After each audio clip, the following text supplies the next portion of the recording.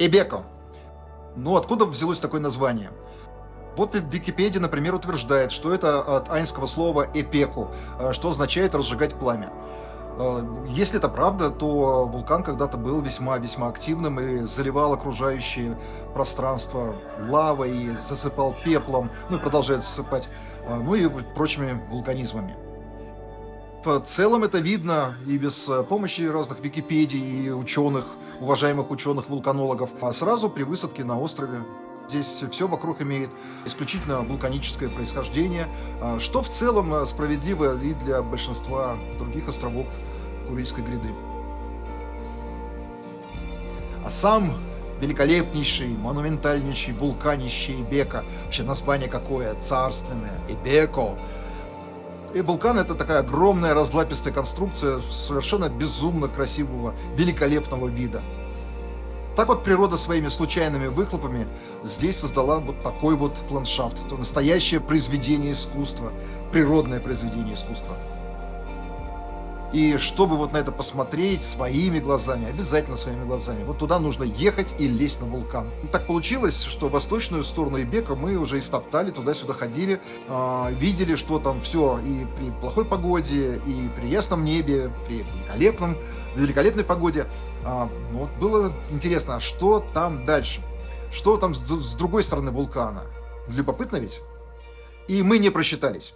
И виды были просто мозговыносящие. И на запад, там вулкан Алаид в море, и обратно на восток, на массив Эбеко. Смотреть можно бесконечно. Все виды были исключительно созерцательными. Эбеко снова начал бахать, причем бахать серьезно. И это чрезвычайно небезопасно. Рядом с воронкой тебя можно просто снести или камень прилетит. Короче, это очень-очень опасно, и туда лезть к извергающемуся вулкану прямо к воронке, вообще не рекомендуется. Ну вот мы туда и не пошли. Подниматься на Эбеко в хорошую погоду, это несложно. Там ничего такого экстремального нет, крутых спусков, подъемов нет, сыпух коварных нет, реки форсировать не надо, сели тоже вроде бы не ходят. Топай себе и топай. И вот от дороги до вершины всего там напрямую 6 километров. Как обычно, прямых не бывает. Придется идти примерно 10 километров и набрать высоту чуть больше километра. А в целом ничего сложного. Пейзажи вокруг все сплошь покрыты вот таким серым вулканическим пеплом, который тут падает уже целых 6 лет. 6 лет уже извергается вулкан Эбеко. Лавы нет, но пепел вылетает. Столбы пепла, камни. Очень красиво. Пепловые выбросы, они могут вас достать, и они за несколько километров от кратера.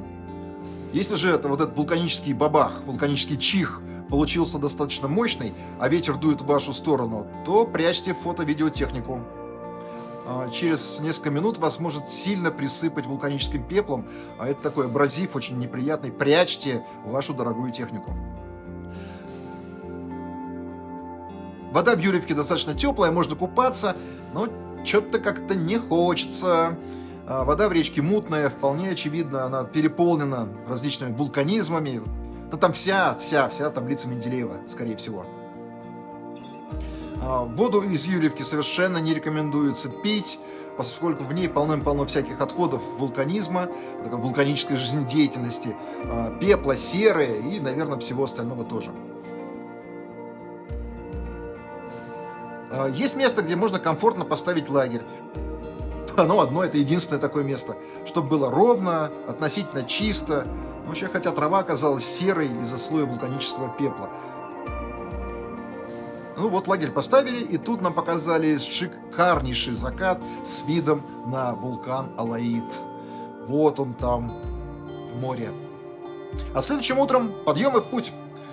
Дальше вниз вдоль русла Юрьевки в направлении Охотского моря, где нас уже ждал кораблик, наш кораблик.